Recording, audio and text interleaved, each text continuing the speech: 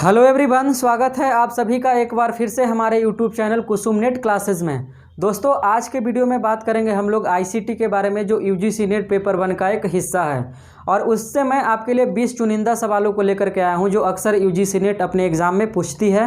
तो वीडियो में आगे बढ़ने से पहले आप कलम और कॉपी उठा लें, हमारे साथ लिखते चलिएगा।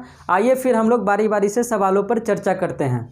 आज का हमारा पहला सवाल है इंटरनेट पे आधारित सवाल। इससे दो तरीके के आते हैं। इंटरनेट की शुरुआत पहली बार कहाँ से हुई थी, आप टिक कर ले। इंटरनेट की पहली बार शुरुआत यूएसए से हुई थी, यूनाइटेड स्टेट ऑफ अमेरिका से।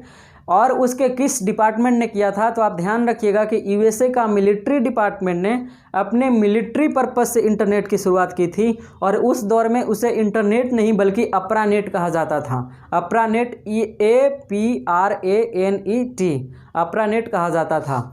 दूसरा आते हैं, और दूसरा हमारे पास है लैन, वैन और मैन। इससे अक्सर पूछा जाता है कि इसका पूरा नाम क्या है। तो आप ध्यान रखिएगा, लैन, वैन और मैन तीनों जो है वो नेटवर्क से रिलेटेड है। तो इसके पूरा नाम है, लैन का पूरा नाम है लोकल एरिया नेटवर्क, वैन का पूरा नाम है वाइड एरिया नेटवर्क, और मैन का पूरा नाम है मेट्रोपॉलिटन एरिया नेटवर्क।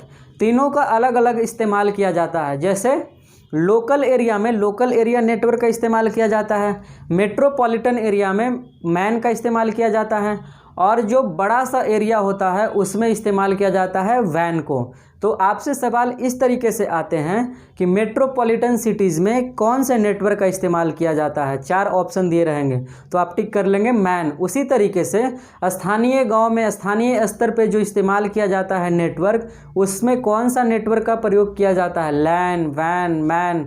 तो आप टिक कर लेंगे लैन। उसी तरीके से एक बड़ा सा एरिया में हम लोग जिस नेटवर्क का इस्तेमाल करते हैं उसको वैन कहते हैं, वाइड एरिया नेटवर्क। आज के तीसरे सवाल पे आते हैं। तीसरा सवाल आपसे पूछा जाता है कि पहला वेब ब्राउज़र कौन था। ठीक है, पहला वेब ब्राउज़र कौन था, तो आप टिक करेंगे www, वर्ल्ड वाइड वेब। ठीक है, पूरे दुनिया में फैला हुआ वेब, इसका यही फुल फॉर्म होता है। तो आप ध्यान रखेंगे कि पहला जो वेब ब्राउज़र था वो www था। अक्सर हम लोग वेबसाइट के आगे इसका इस्तेमाल करते हैं। चौथा पे आते हैं, और चौथा हमारे पास है रैम और रोम। तो रैम और रोम का संबंध है मेमोरी से, और ये दोनों प्राइमरी मेमोरी होते हैं। यहाँ पर मैंने मेमोरी लिखा है, मैं यहाँ पर आपको डिटेल में बताता हूँ। आते हैं पाँचवें पे। पाँचवा हमारे पास है FTP।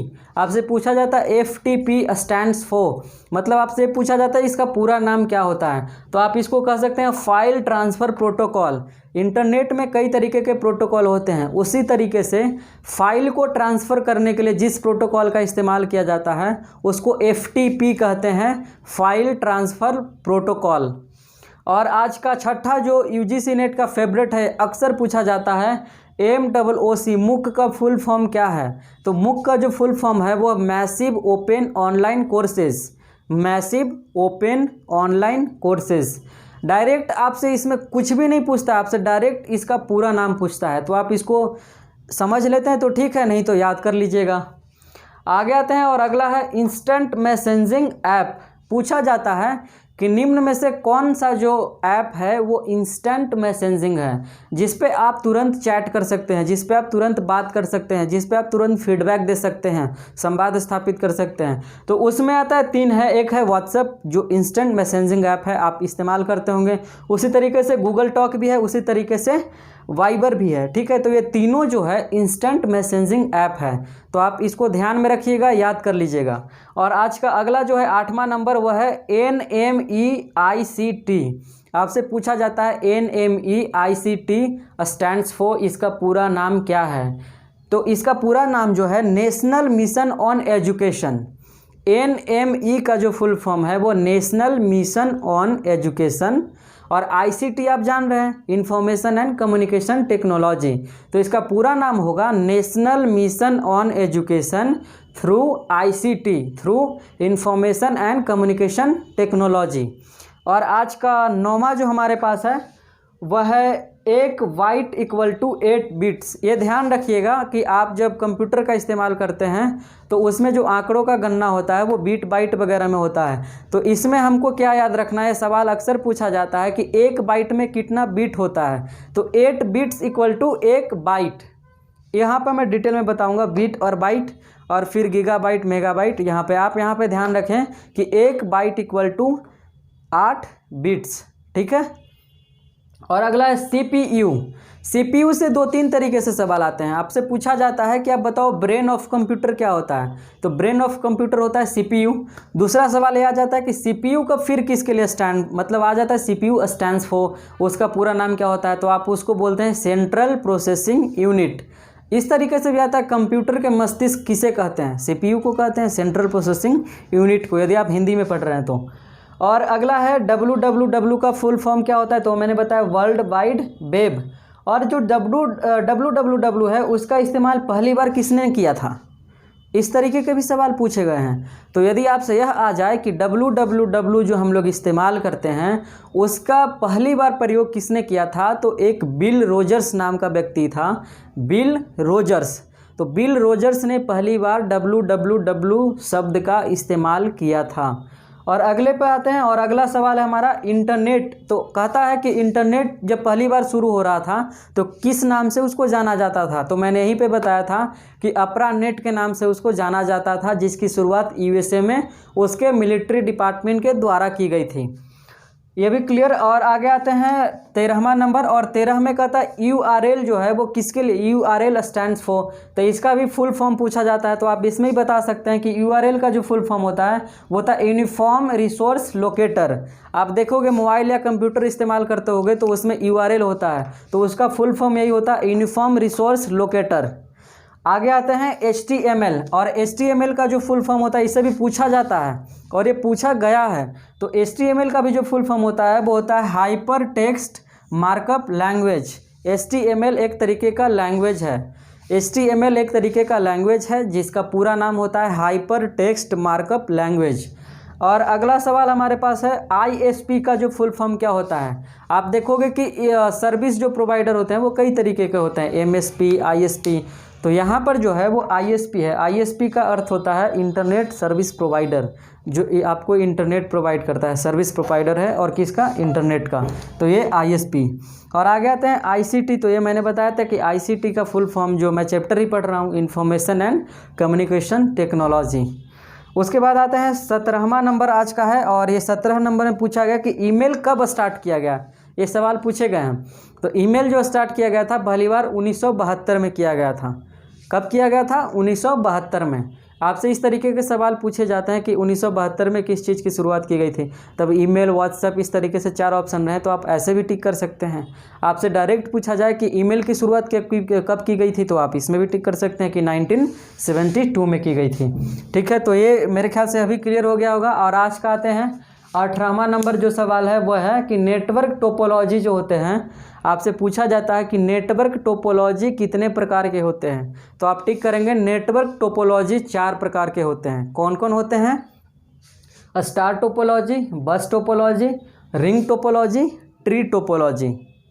ठीक है, अब टोपोलॉजी होता क्या है, नेटवर्क टोपोलॉजी, जैसे कहीं पे आप इंटरनेट हब वाले जगह पे जाते हैं तो वहाँ पे कई सारे कंप्यूटर्स होते हैं, तो उन सारे कंप्यूटर को जोड़ने के लिए जिस नोड का, जिस नेटवर्क का इस्तेमाल किया जाता है उसी को नेटवर्क टोपोलॉजी कहते हैं, और वो 4 तरीके के होते हैं। जब मैं ICT पढ़ाऊँगा तो उसमें मैं चारों को फिर मैं डिटेल में बताऊँगा, स्टार टोपोलॉजी क्या है, ट्री टोपोलॉजी क्या है, बस टोपोलॉजी क्या है, रिंग टोपोलॉजी क्या है। आगे आते हैं आज का 19वां नंबर, मेमोरी, जो कि UGC नेट का बड़ा फेवरेट टॉपिक है। ये अक्सर इससे 1 से 2 सवाल पूछे जाते हैं। मेमोरी में आप ध्यान रखिए कि मेमोरी 2 प्रकार के होते हैं।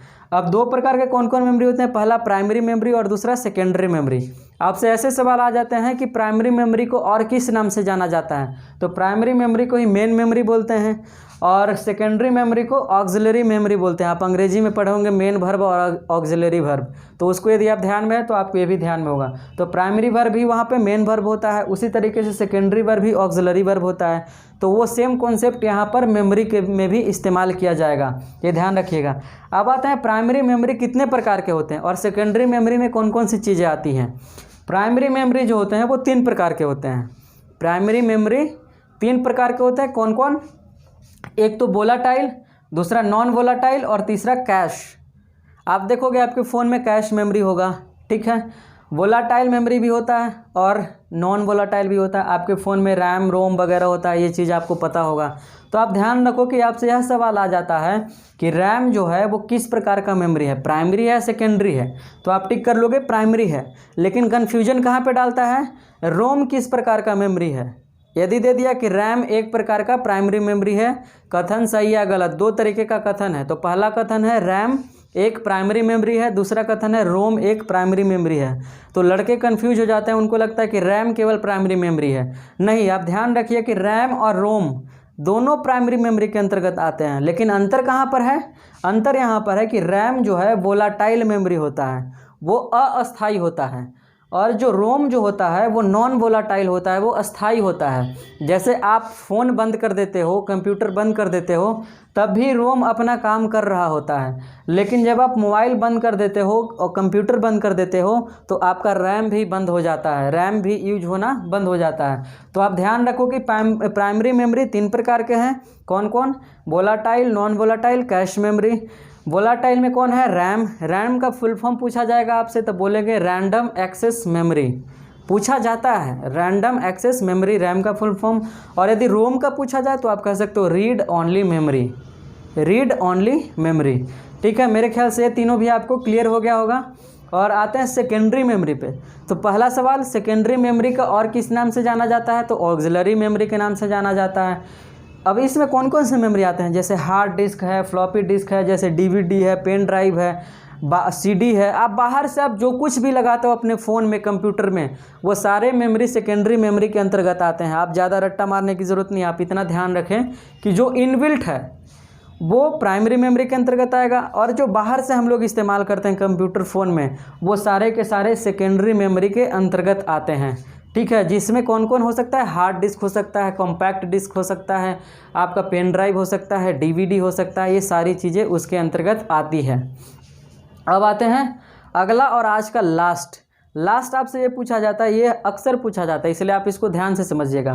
बिट है, बाइट है, किलोबाइट है, मेगाबाइट है, गीगाबाइट है, टेराबाइट है और पेटाबाइट है। ठीक है, इससे सवाल यह आते हैं कि सबसे छोटी यूनिट क्या होती है, तो सबसे छोटी बिट होती है 8 बिट्स इक्वल टू 1 बाइट, मैंने यहाँ पे बताया था। ठीक है, वही सेम कॉन्सेप्ट यहाँ से रहेगा, बिट तब बाइट, 8 बिट मिलकर के 1 बाइट का निर्माण करता है। ठीक है, 1 बिट मिलकर के 1 बाइट का निर्माण करता है, और 1024 बाइट मिलकर के 1 किलोबाइट का निर्माण करता है, और 1024 किलोबाइट मिलकर के 1 मेगाबाइट का निर्माण करता है, जो आप MB यूज करते हो।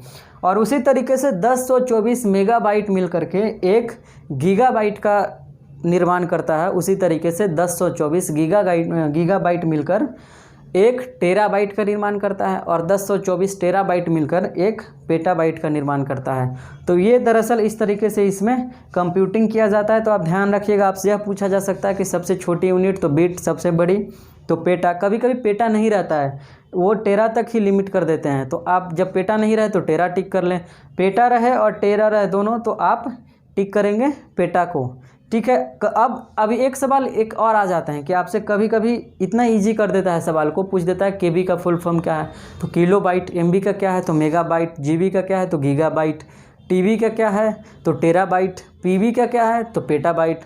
तो इस तरीके से 20 सवाल थे जो अक्सर पूछे जाते हैं। मेरे ख्याल से आपको ये 20 के 20 सवाल समझ में आ गए होंगे।